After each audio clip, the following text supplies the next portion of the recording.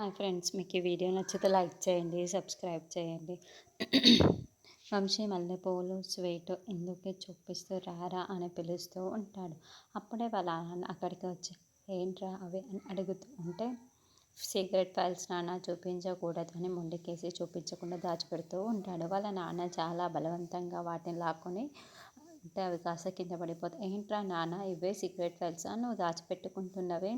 అసలు మీ ఇద్దరిని విడివిడిగా పట్టుకోమని చెప్పాం కదా, ఎందుకు తెచ్చాను అని అంటే ఎప్పటికైనా మేము కలిసిపోతాం కదా అందుకే తీసుకొచ్చాను అంటే వంశీ కవర్ చేస్తాడు.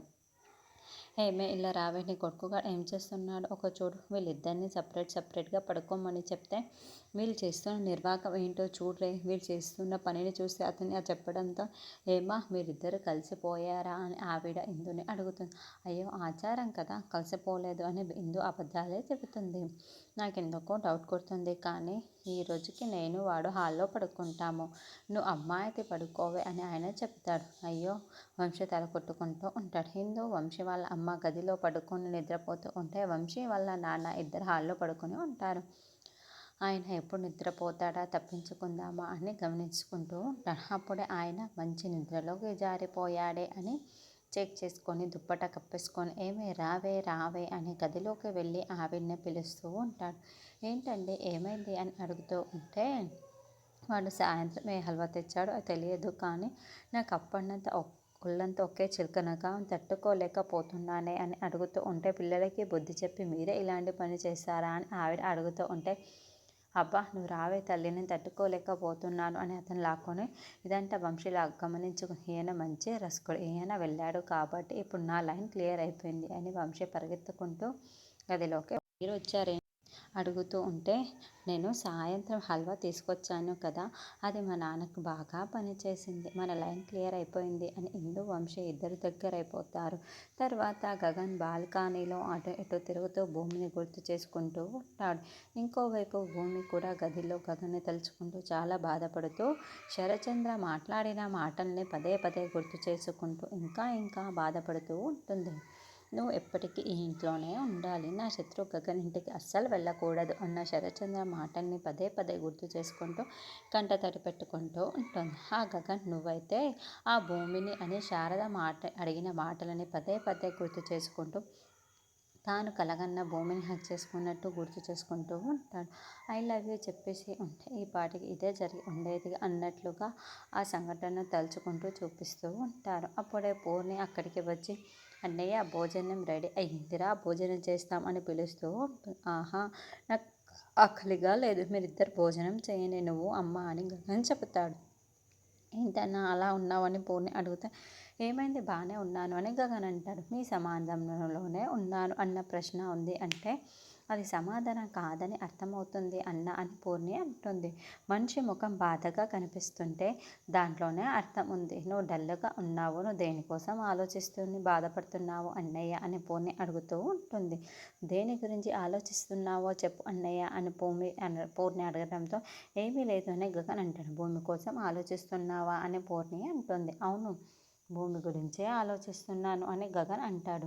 నాకెందుకో డౌట్గా ఉంది, రాత్రి భూమి మనసు తెలిసినట్టు భూమిని గదికి రెడీ చేశాం, ఉదయం అమ్మ తయారు చేయించిన కోడలి కోసం తయారు చేసే నెక్లెస్ భూమికి ఇవ్వడానికి తీసుకెళ్ళా, ఈ రెండు డౌట్లని కలిపితే నాకేదో తేడా కొడుతుంది అని పూర్ణి మాట్లాడుతూ ఉంటే పూర్ణి ఆగు, నువ్వు కూడా అమ్మలాగా మాట్లాడుతున్నావా, మాట లేదు డౌటు లేదు, అసలు నాకు భూమి విషయంలో నాకు అలాంటి ఉద్దేశమే లేదు, కాకపోతే కాస్త బాధ ఉంది, భూమి నా ప్రాణదాత, అలాంటి రిస్క్ చేసి నా ప్రాణాన్ని కాపాడింది, అలాంటి తనని ఒక థ్యాంక్స్ చెప్పుకునే అవకాశం కూడా నాకు ఇవ్వలేదు, డిశ్చార్జ్ అయ్యి వెళ్ళిపోతున్నప్పుడు అక్కడ కనీసం మనకు ఒక మెసేజ్ కూడా పెట్టలేదు, కనీసం మనలో ఒకరికి ఫోన్ కూడా చేయలేదు, అది నా బాధ అని గగన్ అంటాడు.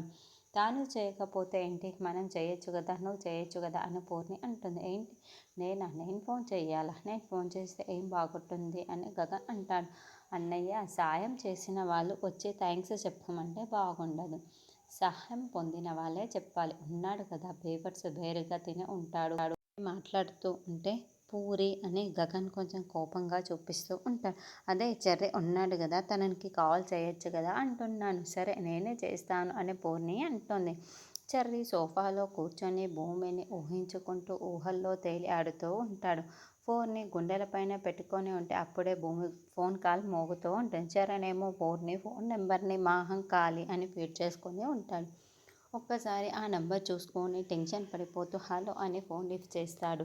హలో పూర్ణి, మహంకాళి అని పిలుస్తూ ఉంటే ఏమంటున్నావు అని పూర్ణి అరుస్తూ ఉంటుంది. అదే పూర్ణి మంచి సిస్టర్ అని మాట్లాడుతున్నాను అని చెర్రీ అంటే కవర్ చేసుకోకపోవడం కూడా తెలిసి ఉండాలి అని పూర్ణి అది కూడా నిజమేలే అని చెర్రీ అంటాడు.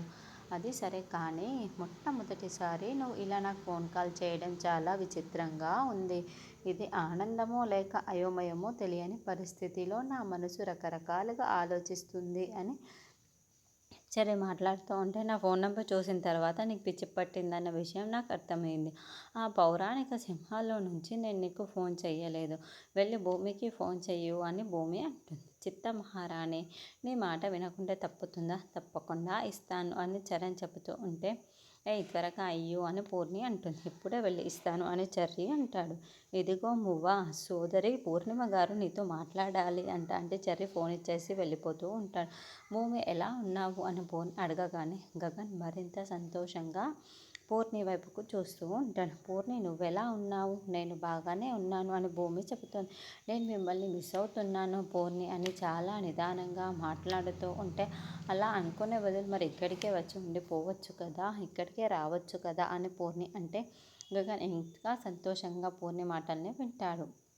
నీకేం చెప్పాలో ఎలా చెప్పాలో అర్థం కావటం లేదు పూరి, నాకు అందరూ కావాలి కానీ మనం ఒకరిలా విడిపోయాము అని భూమి చాలా బాధపడుతూ చెబుతూ ఉంటే వద్దు, నువ్వు అర్థం కాని భాషలో మాట్లాడకంటే వదిలేసాయి అని పూర్ణి చెప్పి సరే వదిలేశాను అని చెప్తుంది.